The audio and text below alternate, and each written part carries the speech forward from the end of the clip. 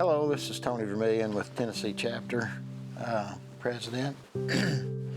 And I'm here today with one of our members here in the Nashville area.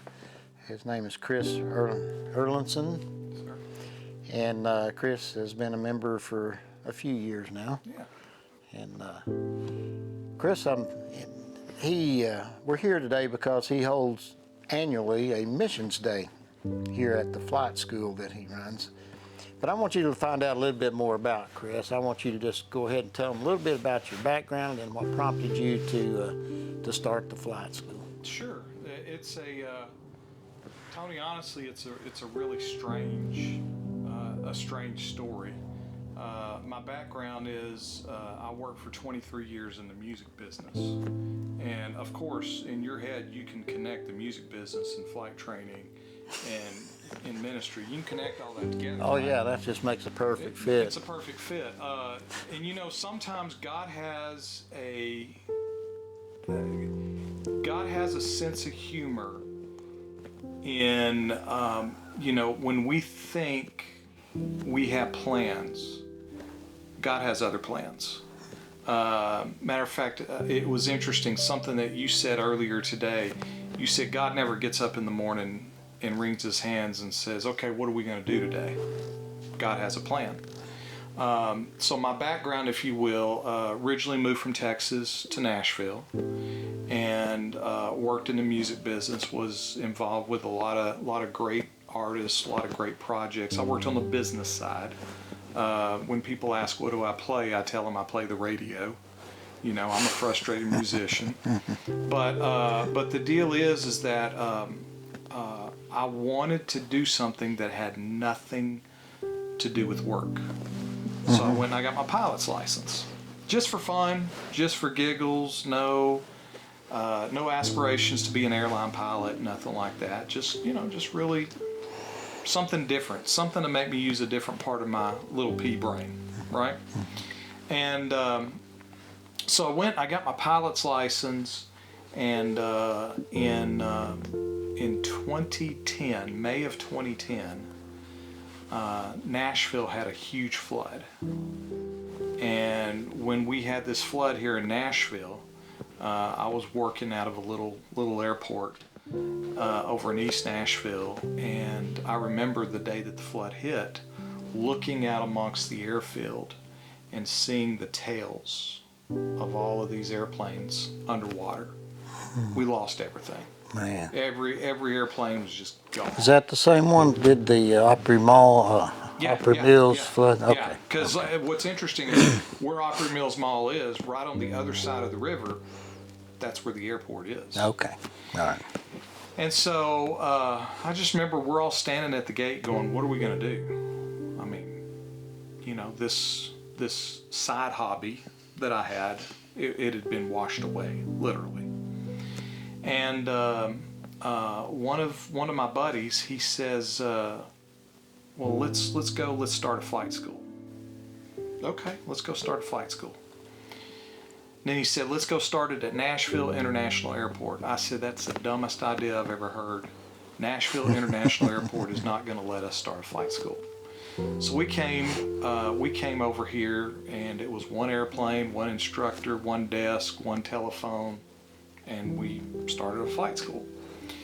And after doing that for a little while, he came to me and said, hey, I need to get out. Do you want to buy me out? Sure. So I remember going home to my wife that day and saying, sweetheart, we're the flight school's up for sale. Do we want to just buy it out? And she looked at me and she said, before we make that decision, let's talk about the sermon that we'd heard yesterday. And that really struck me. I said, okay. And I was sitting there going just like a man, going, oh my goodness, what was the sermon yesterday? Oh yeah, the whole sermon about God using your assets for kingdom purposes. I said, yeah, that. And she goes, she looked at me and she said, if we buy the flight school, how can we use those assets for kingdom purposes? And I thought about that for a minute, and I said, well, what if we were somehow involved with training missionary pilots? She said, go do it. I said, okay. So went and bought the flight school. Again, it was a side thing. It was never meant to be the thing. And the more that I worked on the flight school side, the more that I enjoyed it. The more that I began to see God is up to something. God is doing something. I retired from the music business. Again, it was a great run, a lot of fun, had a good time. But I could tell that the Lord was really having me focus on the flight school side. And here we are, 15 years later, over 4,300 people have come through our doors. Wow. We've got about 20 aircraft spread out across 4 different locations across the state of Tennessee. And the Lord continues to do great things. It's really, really a strange story. But again, it goes back to God had plans. It was just my responsibility to get in line with His plans. Mm-hmm. Yeah. It's a weird thing. Yeah. So you have an emphasis on trying to encourage young folks to think about, at least, Well, going into the mission field, or? Tony, I think we live in a world today where everything is thought from a microcosm standpoint. Everybody, all of messaging in life is all about how can you have your best life? How can your life be great? How can you be comfortable? How can you be smarter, better looking, whatever? And whether that be,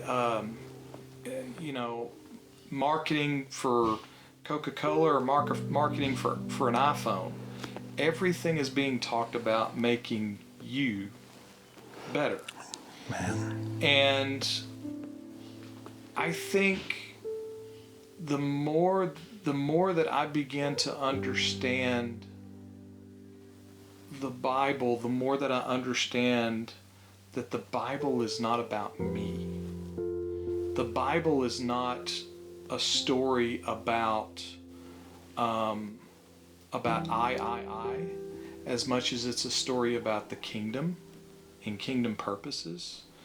And, what we're doing with Missions Day is we're trying to get people to think big, to think really big. Do you realize that God can take your little talent and turn it into something big for His glory and for kingdom purposes? And I think that's really part of the heart behind the Missions Day that we do here, is getting people to understand God can do great things through you for kingdom purposes. And get it off the I, get it off the me, and get it onto a kingdom vision. Yeah, Chris has held this Missions Day here for the last 10 years. Yeah. This is the 10th one. Yeah, this is our 10th. And I don't remember how many that we've been invited to, but he's been very good about inviting us, and we're more than glad to participate and very happy to participate, because we are an alternative to the lifetime commitment of going into the jungle or something, and a practical way that you can apply your aviation. Yeah, and honestly, Tony, for us, it's an honor to have Pilots for Christ here, because, I know that there are some people that are called to fly to the other side of the world and spend the rest of their life out there, doing jungle work. We always say those people, they're either crazy or they're called. Crazy because you're doing something you ain't supposed to be doing. God never intended for us to fly. Let's be honest. God did not put wings on us and say, "Go ye therefore and fly." But you know, somehow through His greater plan, He gave us the opportunity to take these tools and use these tools for His glory. And some are going to use those tools on the other side of the earth in the jungles, and some are going to use those tools within within a small circle, within a region. And anytime you can be used by God, that's a good day. Yeah. I think we can both agree that flying is just a tool to accomplish God's purposes, but it's a cool tool. It is a cool tool. And let me tell you this too, like for us, in our business model, and I tell people this all the time, we can get guilty of romanticizing airplanes. They're fun. Oh, we, yeah. We know that. But, I always tell my staff, look at that airplane the same way you look at it at a dump truck. It is a tool to be used for a purpose. It's going to accomplish great things. It's going to break. It's going to be repaired. It's going to accomplish great things. It's going to break. It's going to be repaired. The cycle just repeats. Right. And it's our job, through the grace of God, to figure out